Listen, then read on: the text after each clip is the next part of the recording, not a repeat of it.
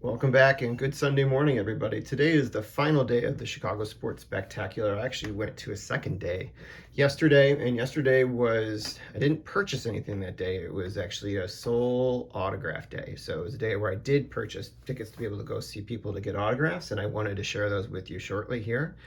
What I actually didn't do in my video on Friday night, I forgot to kind of add that the show was definitely a mix of vintage and also modern cards, but I feel like I saw predominantly vintage cards throughout this show, more so than in previous times that I attended the show, where it seems like modern was a little bit more present and throughout. It's not to say that it wasn't there and maybe my eye wasn't gazing in that direction, but there was a lot of memorabilia and a ton of cards. The vintage cards that you did find predominantly were the 1950s, 60s, and 70s. But if you went around enough in the tables, you were definitely finding things from the 40s, 30s, 20s, and 10s, and even earlier.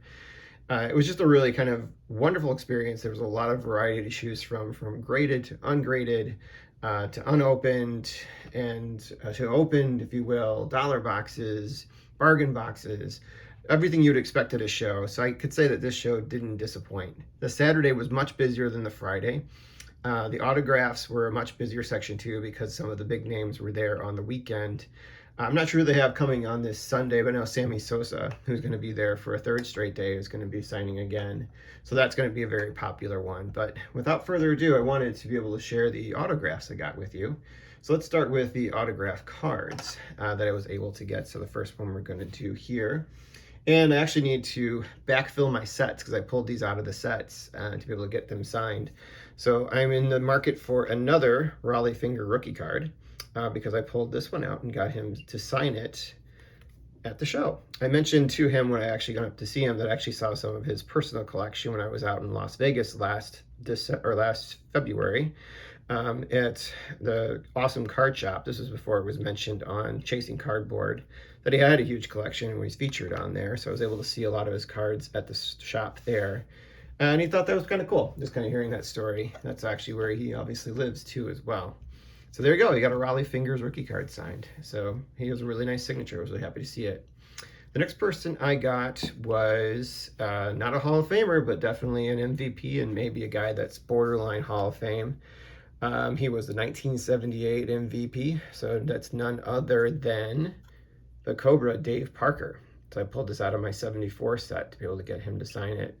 It was really cool seeing him. I know he's like struggling with a medical condition of late, so he was able to still sign pretty effectively, as you can see on the card, but maybe not as clean as he might have been when he was much younger. But I was really just pleased to be able to see him come out and make an appearance, and was willing to sign at a very reasonable price.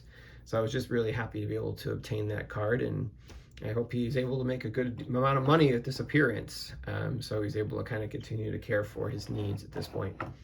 And then finally, the autograph I got was, so in 2005, as we know, the White Sox won the World Series. Well, the World Series MVP was Jermaine Dye, and he actually was making an appearance at the Chicago Sports Spectacular on Saturday, and I wanted to get him to sign an item. So back in 2005, I purchased a World Series ball, the same ball they would use in the games themselves. And I just had it kind of sitting on my shelf forever, so for like 19 years almost now, thinking that I might want to get somebody to sign it from that team at some point. So when I saw that the opportunity was there to get Jermaine Dye to sign it, the World Series MVP, that just seemed to be like really the best fit for it.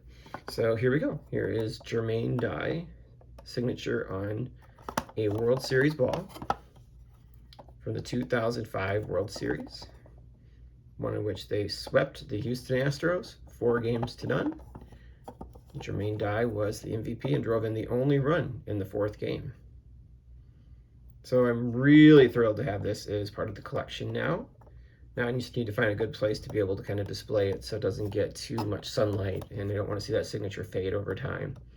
But that is it. I hope if you're in town or nearby, you have a chance to get out to the show on this Sunday. Otherwise, have a wonderful St. Patrick's Day. Enjoy all the basketball that's on right now, as well as spring training baseball. We're going to be moving into March Madness shortly, so that's obviously a big thrill for any sports fan. And I will see you again soon.